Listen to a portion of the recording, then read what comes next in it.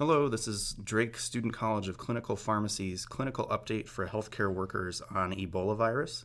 As you can see, this is a PowerPoint prepared by the CDC. As it provides a fair amount of information not relevant to pharmacy practice, we have removed some slides from the original presentation, as well as included some additional information from a recent review article.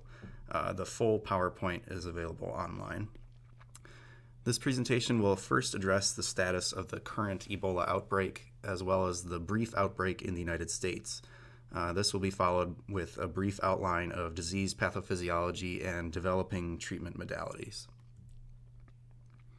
The Ebola virus we hear about in the news is primarily Zaire Ebola virus, one of 5 known Ebola species. At the moment, there are no FDA-approved treatments or vaccines specific to Ebola. This is the image from the previous slide of the virus outbreaks in Africa.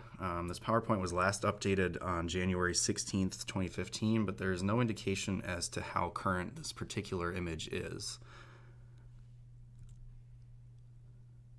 This is a representation of the total cases contracted in areas of particularly intense outbreaks since the CDC declared the emergency in August of 2014. And finally, this graph shows total numbers of reported cases in the countries where the outbreaks have been worst. As of January 14th, Sierra Leone has reported 10,186 total cases, followed by Liberia with 8,362 and Guinea with 2,525. 4 patients have been diagnosed with Ebola in the United States. The first, our index patient, traveled to Texas from Liberia and sought care 2 days after symptom presentation, which was 6 days after arrival in the United States. The patient died approximately 18 days after arrival in the U.S. 2 healthcare workers who provided care to the index patient contracted the disease and subsequently recovered, while a medical aid worker who assisted Guinean Ebola patients was diagnosed and subsequently recovered in New York. 6 additional patients have been diagnosed outside of the United States and were treated in the United States. Of these, 1 patient who was a healthcare worker died. An area of particular misinformation in the United States has been the method of transmission of Ebola.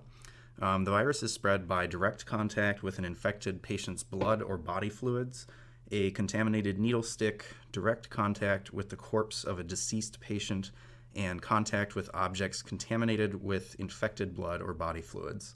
The virus's primary animal vector is likely to be a species of bat native to Africa.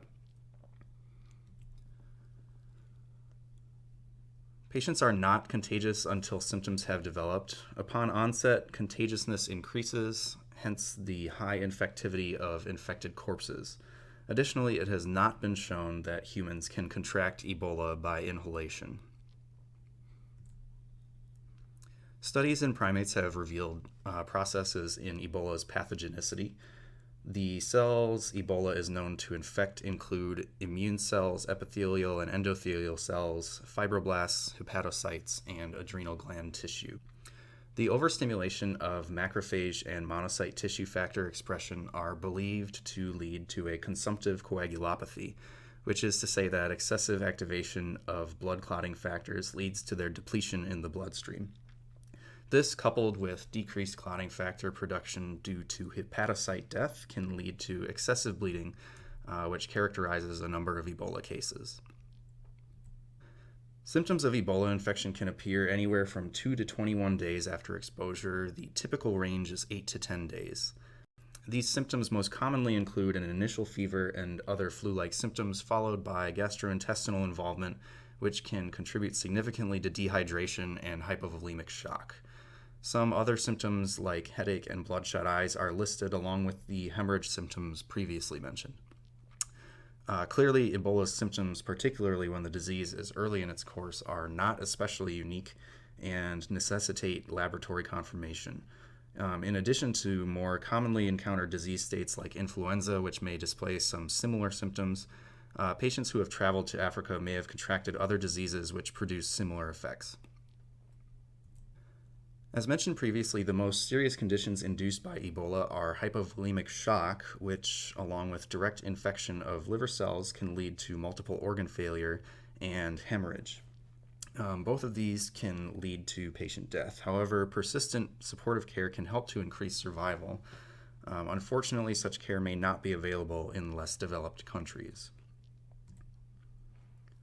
Laboratory findings in a patient with Ebola show evidence of the disease's pathogenesis, decreased coagulability, and evidence of liver damage, lowered white cell counts, fluid and electrolyte imbalances, and kidney dysfunction. As was mentioned, the primary current treatment for Ebola is supportive care.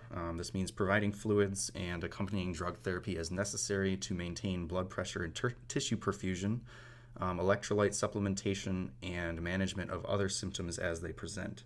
In severe cases, critical care support, correction of coagulopathy to reverse bleeding, and dialysis may be necessary. If patients are able to receive intensive supportive care, the case fatality rate is likely to be significantly lower than the previously mentioned 50% seen in the current outbreak. Patients who survive the disease develop antibodies to it, which persist long after the infection has been eradicated. However, these patients can also experience symptoms like joint and muscle pain for a long period after the acute phase of the disease has passed.